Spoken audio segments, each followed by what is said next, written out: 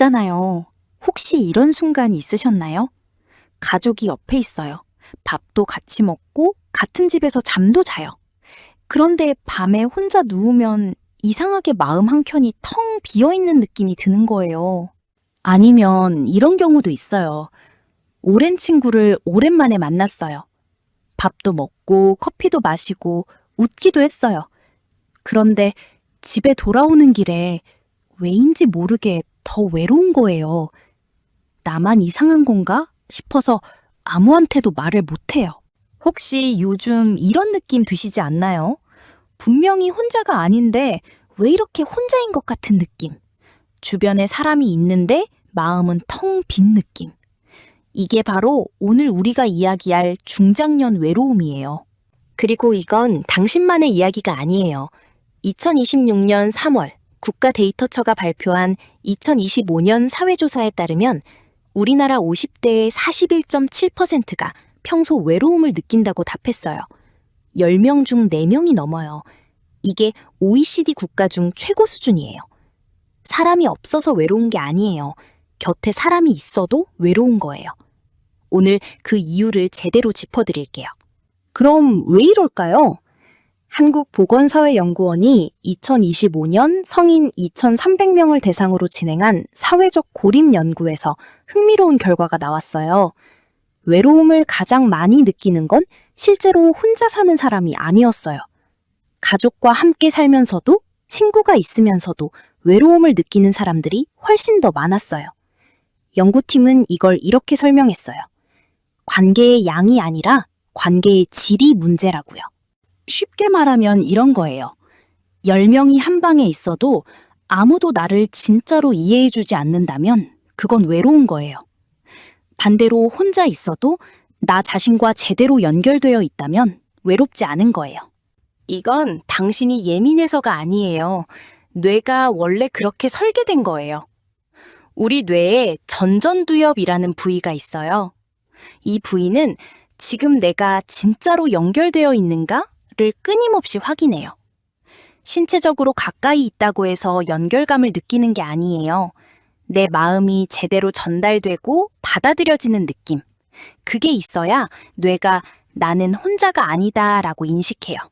문제는 50대 이후에 이 연결감이 조용히 무너지기 시작한다는 거예요. 왜 그럴까요? 3가지 이유가 있어요. 첫째, 역할이 사라져요. 직장에서는 부장님이었고, 집에서는 아빠였고, 사회에서는 뭔가 역할이 있었어요. 그 역할이 관계의 접착제였는데 그게 하나씩 사라지기 시작해요. 둘째, 대화의 내용이 달라져요. 젊을 때는 꿈 얘기, 미래 얘기, 고민 얘기를 나눴는데 나이가 들수록 만나도 날씨 얘기, 건강 얘기, 자녀 얘기만 해요.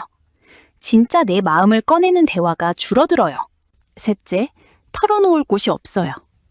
2026년 통계청 자료에 따르면 60세 이상에서 위기 시 도움받을 곳이 없다고 느끼는 비율이 39.4%로 전 연령대 중 가장 높았어요. 그런데 이상하게 이걸 말하지를 못해요. 이 나이에 이런 말을 하면 이상하게 볼까 봐요. 부산에 사시는 56세 강정호 씨 얘기를 해드릴게요. 30년간 다니던 회사를 퇴직하고 나서 매일 아내와 함께 집에 있는데 더 외로워졌다고 하셨어요. 아내와 함께 있는데도 할 말이 없어요. 예전엔 회사 얘기라도 했는데 이제는 뭘 이야기해야 할지 모르겠어요. 라고요. 이게 바로 역할 상실 이후에 찾아오는 외로움의 전형적인 패턴이에요. 자, 이제 제가 한 분을 소개해 드릴게요. 헨리 데이비드 소로라는 분이에요. 19세기 미국의 철학자이자 작가인데요. 이분이 어느 날 정말 파격적인 선택을 했어요. 하버드 대학교를 졸업했어요. 당시에 하버드를 졸업하면 모두가 기대하는 길이 있었잖아요. 좋은 직장, 사회적 지위, 안정적인 생활. 그런데 소로는 그 길을 거부했어요.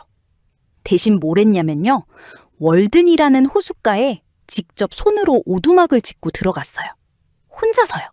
마을 사람들이 뭐라고 했겠어요. 저 사람 드디어 미쳤나 봐 라고 했죠. 2년 2개월간 혼자 숲속에서 살았어요. 직접 농사를 짓고 직접 요리하고 매일 혼자 걷고 혼자 생각했어요. 근데 있잖아요. 소로가 그 2년 2개월 동안 쓴 책이 있어요. 월든이라는 책이에요. 그 책에 이런 말이 나와요. 나는 지금껏 고독만큼 좋은 벗을 만나지 못했다. 이 말이 무슨 뜻인지 아세요? 소로는 혼자였지만 외롭지 않았어요. 오히려 사람들 속에 있을 때 더 외로웠다고 했어요. 왜냐면 사람들 속에 있을 때는 끊임없이 타인의 시선을 의식하고 기대에 맞춰야 하고 진짜 나를 잃어버렸거든요. 소로가 숲에서 배운 건 이거였어요. 외로움은 혼자 있어서 오는 게 아니에요. 나 자신과 연결이 끊어졌을 때 오는 거예요. 그분이 이런 말도 남겼어요. 군중 속에서도 고독을 유지할 수 있는 사람은 어디서도 혼자가 아니다. 반대로 자기 자신과 연결이 끊어진 사람은 수백 명 속에 있어도 외로운 거예요. 지금 소로가 여러분 옆에 앉아 있다면 아마 이렇게 말할 거예요. 당신이 외로운 건 혼자여서가 아니에요. 오랫동안 진짜 당신을 만날 시간이 없었기 때문이에요. 먼저 자신과 다시 연결되세요. 그러면 다른 사람과의 연결도 달라집니다. 그럼 어떻게 하면 될까요? 소로의 통찰에서 뽑은 방법 3가지예요. 첫 번째, 딱 10분만 혼자 걷는 시간을 만들어 보세요. 스마트폰은 잠깐 내려놓고 이어폰도 빼고 그냥 걸으세요. 소로가 월든 호수를 매일 걸었던 것처럼요. 처음엔 어색하고 불편할 수 있어요. 잡생각도 많이 올라올 거예요. 그래도 괜찮아요. 그 잡생각들이 바로 그동안 당신이 외면해온 진짜 감정들이거든요. UCLA 의과대학 연구팀이 65세 이상 성인 840명을 대상으로 조사한 결과 하루 10분 이상 혼자 산책하는 사람은 그렇지 않은 사람보다 외로움 지수가 28% 낮았어요. 몸을 움직이면서 혼자 있는 연습을 하면 자기 자신과 다시 연결되기 시작해요. 두 번째, 하루에 딱 한 가지만 나를 위해 결정하세요. 밥 메뉴도 좋고, 오늘 읽을 책도 좋고, 오늘 마실 차 종류도 좋아요.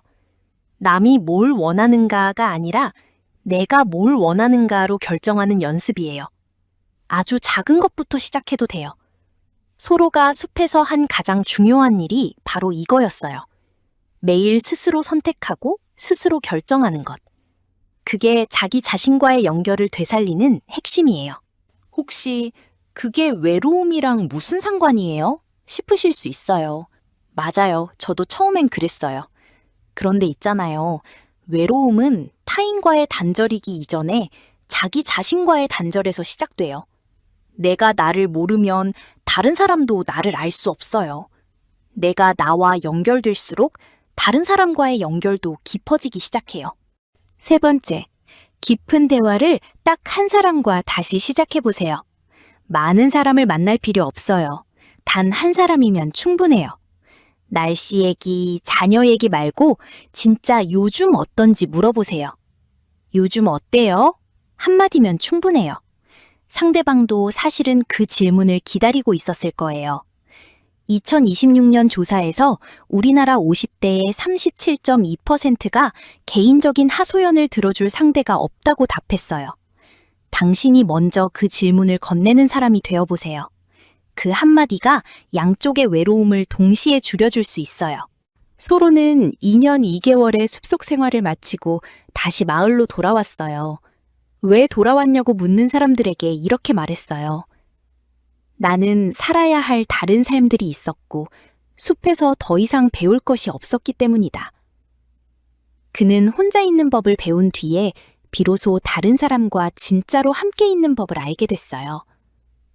곁에 사람이 있는데도 외롭다면 그건 당신이 이상한 게 아니에요.